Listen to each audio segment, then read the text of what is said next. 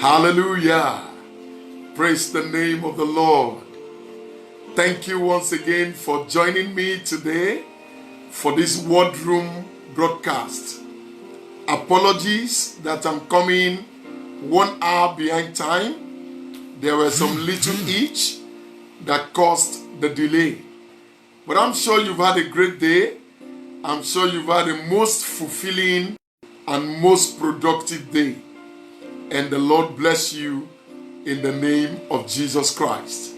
I'm your brother, your host on this Word Room broadcast, Abiodun Sahid Akimba, and I'm bringing this teaching to you of the ministry that I lead by the grace of God, the Kingdom Life Revival Assembly. We have started this series. This is the fourth in the series on the church and our 7 sheep. The church and our 7 sheep. And from when we started, I have made it known that it's all about 7 primary things according to the scripture and according as Christ, the head and the owner of the church, it to be. And these 7 sheep are the Lordship of Christ, fellowship, discipleship, stewardship, partnership, and leadership. And we've been able to see the Lordship of Christ, that is actually the primary purpose of the believer's life and the believer's gathering known as the church. And we've also looked at worship, and we've been able to see worship in a dimension as the things that are vital to a worship service in the church. When we say we're going for worship, what are we really going about? What are we going for? We're able to see that. And so today, we'll be taking it further to fellowship. We'll be reading 2 primary scriptures in Acts chapter 2, verse 42 to 47, and 1 Corinthians chapter 1 and verse 9. But let us pray. Father, in the name of Jesus, Lord, we thank you for the opportunity to be gathered together again at your feet and unto your word as we study. Holy Spirit, we ask that you will teach us of your word, you will teach us of your ways, you will teach us of your will, that we may be perfect and entire, that we may be complete, lacking nothing, in the name of Jesus Christ. I pray, oh God, you will grant me utterance, and you will grant my listeners an understanding heart in the name of Jesus Christ. And you will feed your flock, you will tend your sheep, and you will bless our lives, and your name will be glorified in Jesus' name. Amen. Amen. So we're looking at fellowship as one of the sheep that the church is about. We'll be reading very quickly from Acts chapter 2, verse 42 to 47. This is the beginning of from 1 Corinthians chapter 1 and verse 9. Please listen. And they continued steadfastly in the apostles' doctrine and fellowship, in the breaking of bread and prayers. Then upon every soul, and many wonders and signs were done through the apostles. Now all who believed were together and had all things in common, and sold their possession and goods, and divided them among all, as anyone had need. So continuing daily with one accord in the temple, and breaking bread from house to house, they ate their food with gladness and simplicity of heart, praising God and having favor with all the people. And the Lord added to the church daily those who were being saved. So you see clearly that from that passage, when fellowship and genuine as Christ wants it, it will enhance church growth. Many of the church growth conferences, church growth seminars, this church growth that we do are actually a little sign that we are lacking the true essence of fellowship. Because when fellowship is done as Christ wants it, it will lead automatically to church growth. So let's read again from 1 Corinthians chapter 1 and verse 9. God is faithful. God is faithful. By whom we were called into the fellowship of his Son, Jesus Christ our Lord. By whom we were called into the fellowship of his Son and our Lord. So you see, fellowship is actually at the heart of the creation mandate of God. The reason why God created man, of course, it is for these 7 things that constitute the sheep, but ultimately, one of it that is most vital is for fellowship. God wanted fellowship. That was why he created man in his own image and in his own likeness. God had a creation, a people that would be a nation and a priest will worship him in fellowship with him. And when man fell, that fellowship was broken. And that's the reason why God sent his Son Jesus Christ to redeem us so that he can restore us back to fellowship. So redemption was actually for the purpose of fellowship. When fellowship was when man was broken, fellowship was lost, both with God and with man himself. That's why you see, before the fall, there was never a time that Adam and Eve were in conflict. Before the fall, never a time that Adam and Eve were engaging in blame game among themselves and with creation. But the moment man fell, the whole essence of fellowship was lost and was broken. Man began to blame one another. Conflict, dissension, strife, and schism began between man and the woman. And that's why you will see that the first sons that were born to man, Cain and Abel, even though they were united by blood, the blood of the fallen man, they also could not enjoy fellowship. The fellowship was so broken that Cain had to kill Abel. And what do we find today in the whole world? The world is in crisis and in turmoil because nation are against nation. Brothers are against brothers. Sisters are against sisters. There is strife and division in families. It is all because fellowship had been broken. Because when there is no fellowship, there can be no peace. There can be no joy. Where there is no fellowship, there will be no power and there will be no revival. Because you see, for the Holy Ghost, which is the power source of the believer to come.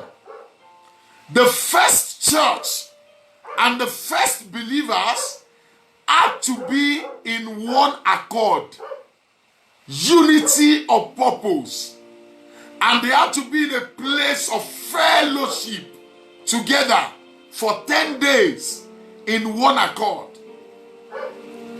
And you will see clearly in the book of Acts of the Apostles, if you read chapter 1, before they went on the upper room to begin to wait, they said among themselves, we have to choose the 12th man who had broken fellowship with us, who had broken, which was Judas, who betrayed Christ. And what was the criterion for them to choose the one that will replace Judas? They said he had to be the one that has been in fellowship with us, who walked with us when Christ was around with us. And so they chose. And in their choosing, they also went all together into the upper room in one accord, in fellowship.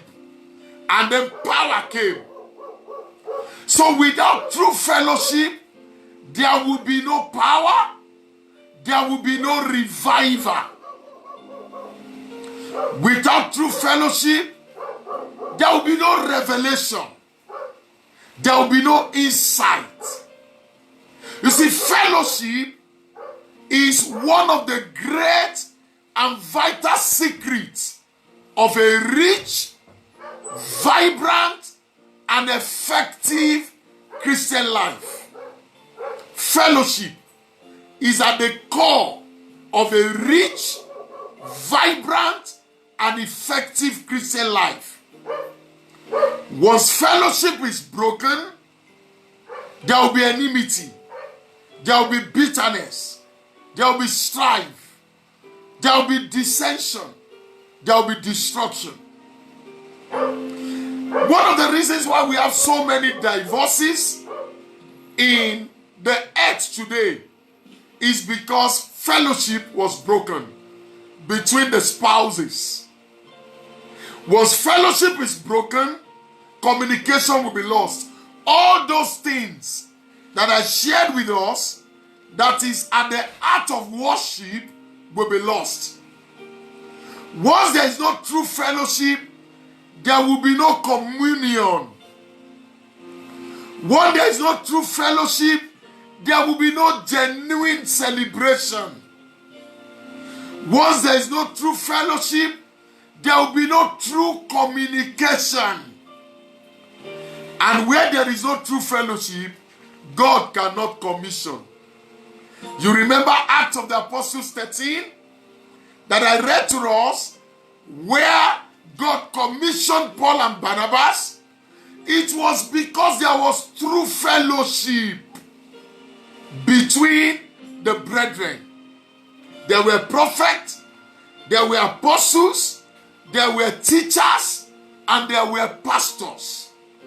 And they were working together in sync, in synergy and in harmony, in fellowship.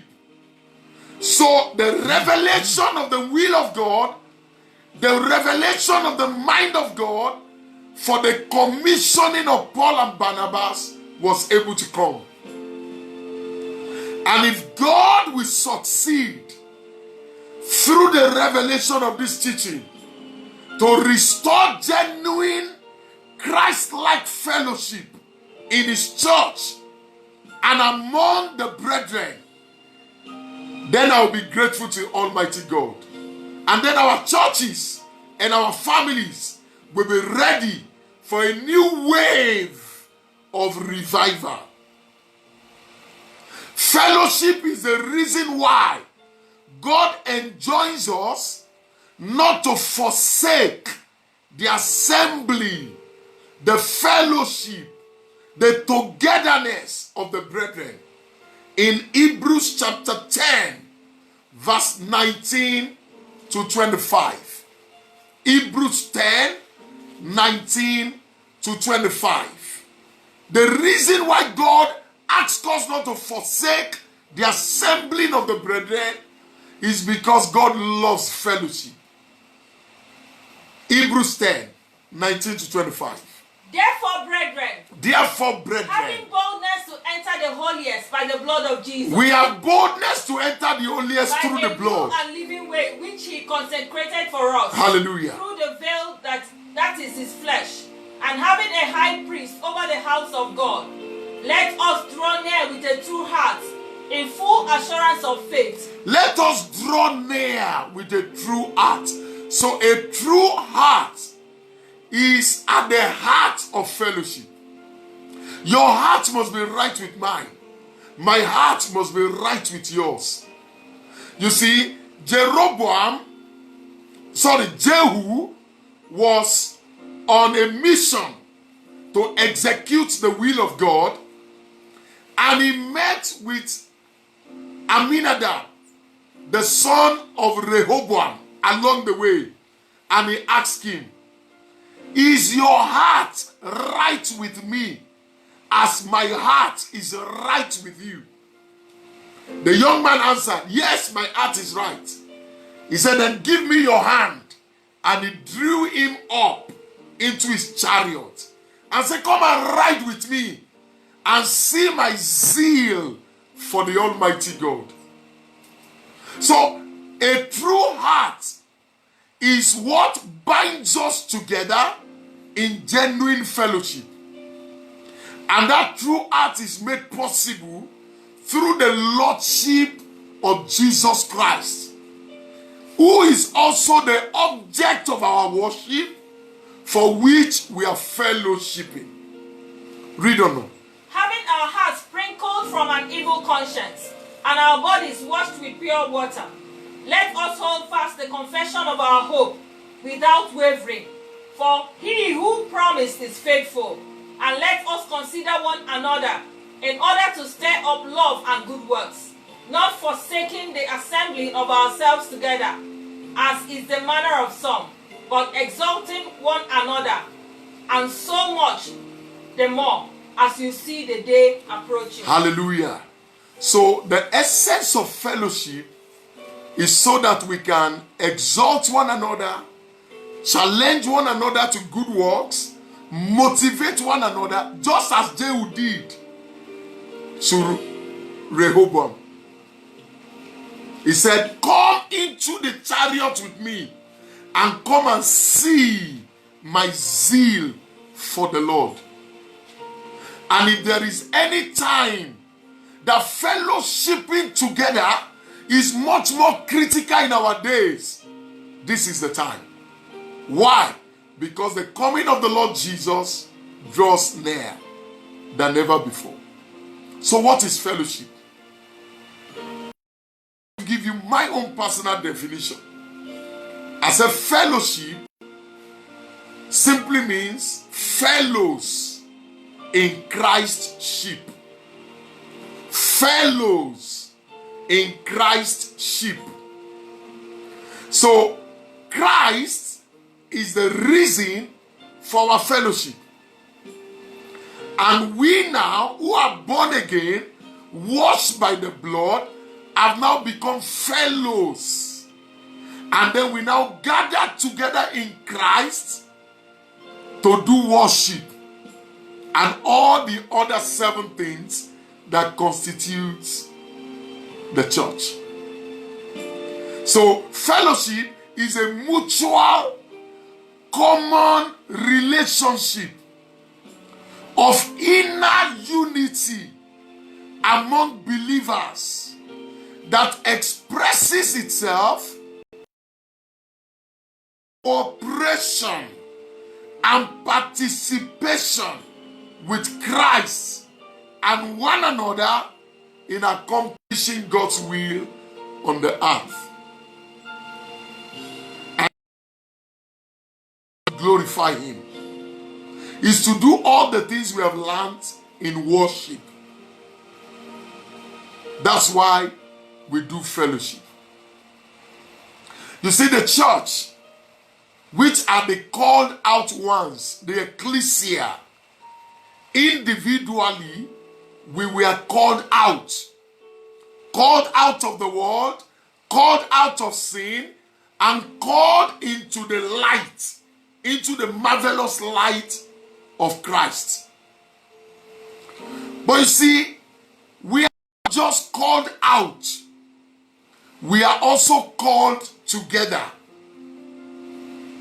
We, as the church, the ecclesia, the called out ones, we are not only called out, we are also called together. We are called together. And our calling together is what the Bible calls koinonia. And you see, the word koinonia means fellowship, means partnership, means partakership, distribution, and contribution. Hallelujah. That's what koinonia means. That's what the church means. That's what the church is all about.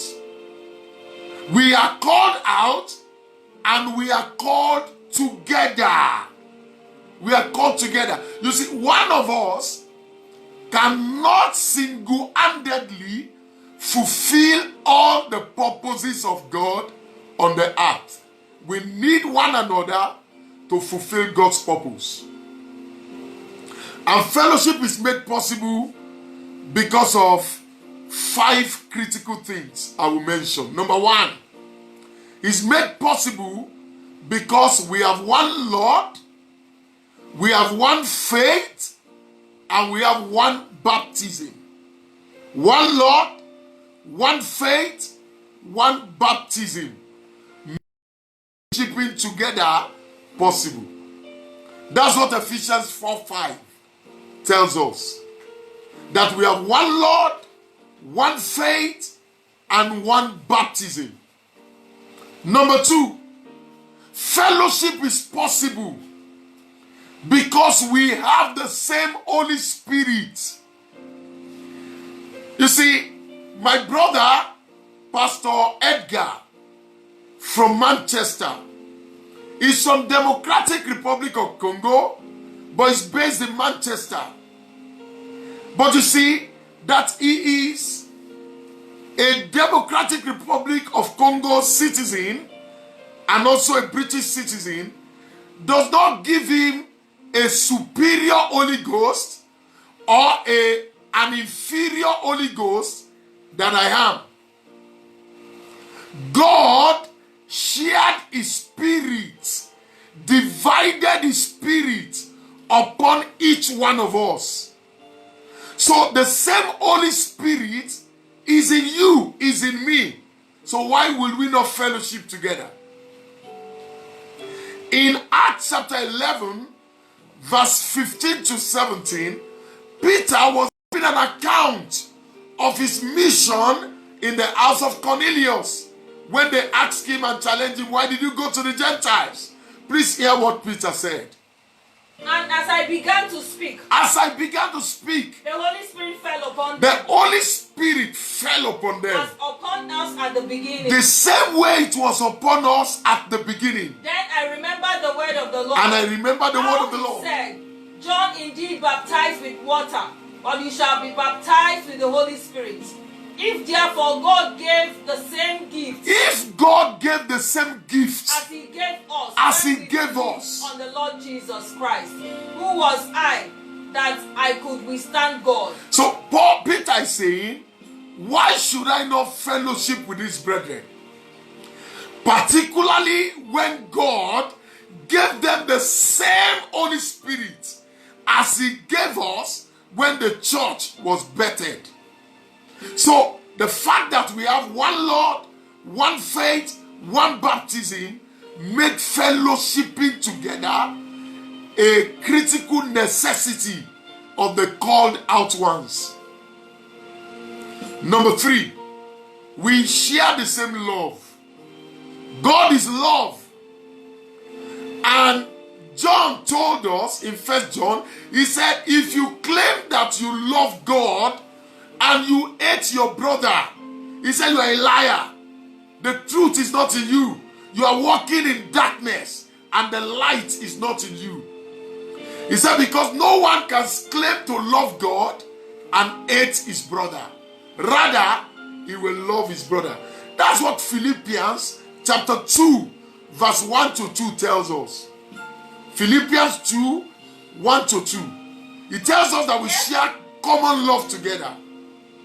Therefore, if there is any consolation in Christ, the only consolation that I want to have in Christ, according to Paul, comfort of love, any comfort of love, if any fellowship of the Spirit, fellowship of the Spirit, if any affection and mercy, fulfill my joy by being like-minded, fulfill the greatest joy of my heart, having the same love, because you have the same love, of one accord, and be of one accord. One mind. Hallelujah.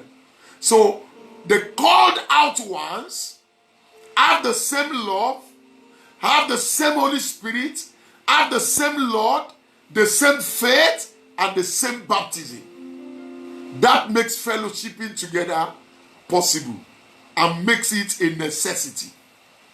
Number 4, we are one body. Hey, friends, until you realize that we are a part together of the same body, fellowshipping with your brethren will become a challenge to you. You will say, oh, these ones are Pentecostal pastors, these ones are Orthodox pastors, these ones are grace preachers, these ones are... No. Why this division? Why? Romans chapter 12 verse 5 makes it clear that we are one body in Christ. We are one, and there must be no division. Romans 12:5. So we being many are one body in Christ, are one body and in Christ, members of one body, and individually members of one body. We are many that have been saved and born again through the redemption that is in Christ. But you see, Christ is the head of that body. And you cannot claim to love the head and hate the body. And the body is fused together. The body is in fellowship, is in union, is in communion constantly. The brain sends messages to the heart. The blood sends this. You see, all our parts are cooperating and working together to produce the whole man. So why will the church not fuse together and have fellowship one with another with true heart and with pure conscience? Finally, we are all born again into the same image, and we are all being transformed into the same image. Hallelujah. You see, you are not seeking, no matter the church you are going, sir, you are not seeking to become anything special than what I am seeking to become. I'm not seeking to become anything special than what you are seeking to become. We are all seeking to become one thing. And what is that? Like Christ. 2 Corinthians 3 and verse 18. We all, with open face, we all, not I alone, not you alone, we all, no matter the denomination, no matter the tribe, the tongue, no matter the qualification, we all, with open face, beholding as in a glass the glory of the living God, are being transformed into the same image by the Spirit of God. So our quest for transformation into the same image makes fellowshipping together a possibility. And you see, the word fellowship is an active word. It's an active word. It is not just being together, but doing together. Because I have seen, I have heard, I have read, people can be together and not do together. They are together, but the mind is far from one another. And so the actions are actually contrary to one another. But the word fellowship means being together and doing together. But you see, what we are also doing together is very important in fellowship. It is actually doing God's will together with fellow believers. It means doing God's will together with fellow believers. And without true fellowship, God's will on the earth will suffer, will be challenged in its accomplishment. Ephesians 3:10. Let me show us one of the will of God upon the earth. One thing God seeks to accomplish, and He wants to accomplish it only by the church or through the church. He can't accomplish it through me alone. He can't accomplish it through you alone. He can't accomplish it through your denomination alone or through your church alone. He wants to accomplish it by the church, the universal church. The oneness and the union of all the members of the body working together to accomplish God's purpose. Ephesians 3:10. To the intent that now, the manifold wisdom of God, the many-sided wisdom of God, might be made known by the church, will be made known by the church. to the principalities and powers To the in the principalities and powers in the heavenly places. God wants the world as we know it, and the world of the demonic, to see and to know His manifold wisdom and power. And He seeks to do it by the church. By the church. By the church. Through the commission that is placed upon the church. Through the communication of the church. Through the communion of the church. Of the church. God wants to know His manifold wisdom and to the world, and He can only do it by the church. So there must be no reason for division in the church. There must be no reason for camps in the church. There must be no reason for schism in the church. God wants us to be together, doing His will and fulfilling His purpose on the earth. Ephesians 4, verse 15 and 16 makes it more succinct, more clear.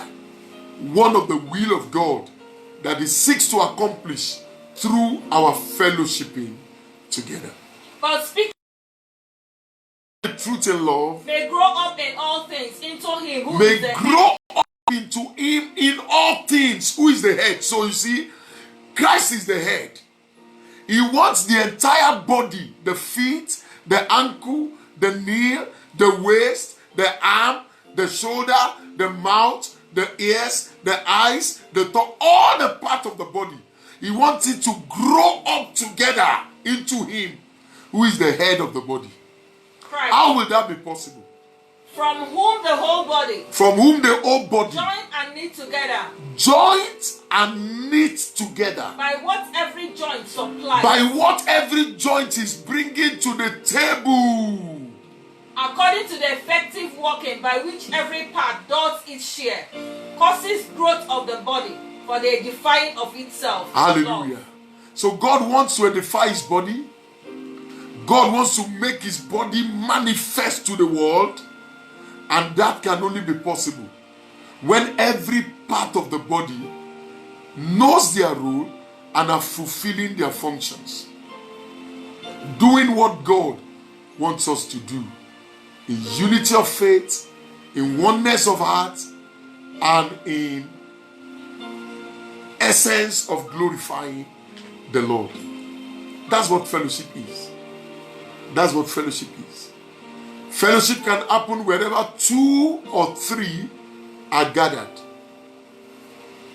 Fellowship is not restricted or limited by time or distance, by space. You see, what I'm doing right now, I am actually fellowshipping with you through the communication of this truth with you.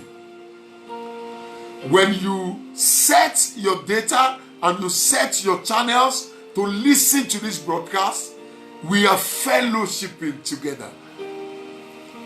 But you see, there is a power that is also generated when we physically fellowship together. Bible says in the book of Ecclesiastes, he said, 2 are better than 1, for they have a good reward for their fellowship, for their labor. Their labor there means they are working together. They are co-relationship together. He said, for how can one have it on itself? He said, but 2, when they come together, something is generated. Something is birthed. And if you look at what is happening in the world through this pandemic, one of the things it's seeking to do is to disconnect fellowship. Now, churches where we fellowship have been shut down. Even when we come and we meet each other, they said there must be social distancing. We must give each other space. So fellowship is under attack through this pandemic. And so this pandemic can never, the will of God is directly to God's will, because it brings health challenge. He also brings fellowship challenge, which is inimical to the fulfillment of God's plan and purpose on the earth. And that's why I'm praying, and I know you are praying as a believer, that God will make an utter end of this affliction, and that it will not arise again a second time. That God will break this yoke and clear it out of our land and restore fellowship again in the name of Jesus Christ. And peradventure you are listening to me today, and there is no true fellowship between you and your spouse, between you and your siblings. I plead with you in the name of the Lord, through the blood that redeemed us together, through the incorruptible word of God that liveth and abides forever, that you let go of whatever is the hurt and the pain in your heart. Because you see, Christ himself is at the center of our fellowship. We will read 1 John chapter 1, verse 1 to 3. 1 John 1, 1 to 3. We will read it, and as we read these scriptures, I want you to open up your heart and let every pain, every hurt, every grief that has separated fellowship between you and your brother, between you and your sister, between you and your spouse, that you let it go today. Because God is not the author of confusion.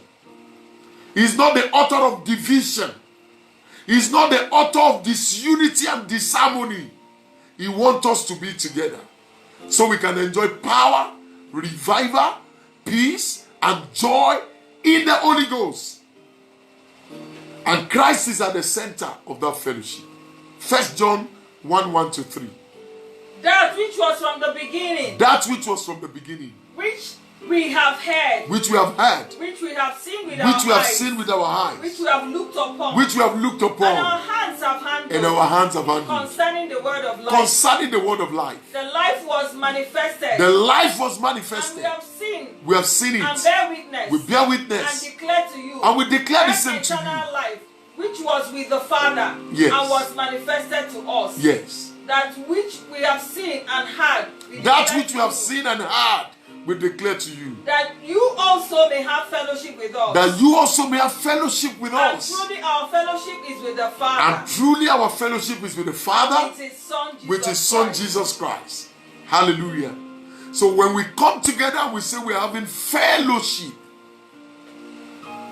We are not just having fellowship with our brother, with our sister. We are having fellowship also with our Father and with our senior brother, Jesus Christ. Each time we gather for fellowship, know it and be clear that the Father is there, the Son is there, the Holy Spirit is there, and then you also are expected to be there. You see, fellowship, like I said, is not just the gathering of 2 or 3 or more people together. No. You can't say what they have in a beer parlor where friends gather together is fellowship. No, that's not fellowship.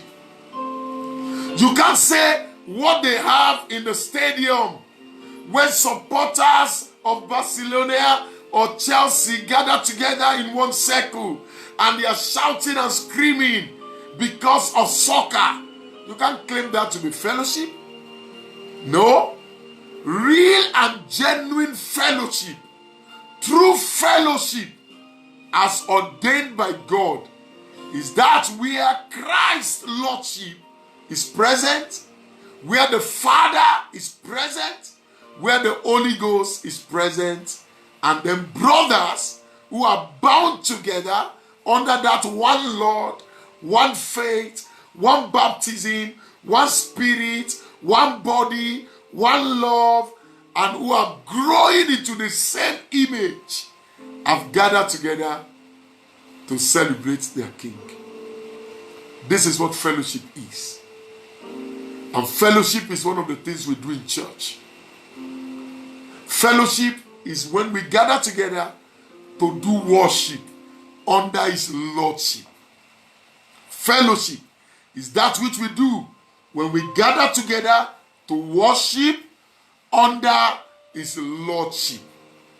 So I pray that God will restore true fellowship in our days, in His church, in your family, and amongst your friends and brothers, in the name of Jesus Christ. The Lord God Almighty will break this yoke of social distancing that seek to segment and separate us one from another, in the name of Jesus Christ. I believe that your understanding about fellowship has been enhanced and has been helped by this study. So go ahead and enjoy fellowship. Even after this teaching, go ahead and fellowship with God in His Word. Go ahead and have fellowship with your brethren, with your wife, with your husband. Call your siblings and share fellowship together. And find out from them how they are doing in this time and in this season. And by the grace of God, we will yet gather together again in the house of the Lord to have true fellowship and worship under His Lordship. The Lord bless you in Jesus' name. If you've been blessed, I encourage you to please share this broadcast. Share it on your platform. Let others be blessed by it. And then if God has enabled you and you have an offering to give, you have a tithe to pay, or you have a seed to sow, the account details of the ministry are on that channel by your screen. Go through it and give as the Lord enables you. I come your way again on Wednesday when we'll be looking at discipleship, the 4th in the 7 sheep of the church. So join me again on Wednesday. Till then, please stay blessed, stay strong, and stay safe. God bless you, and I love you. Amen.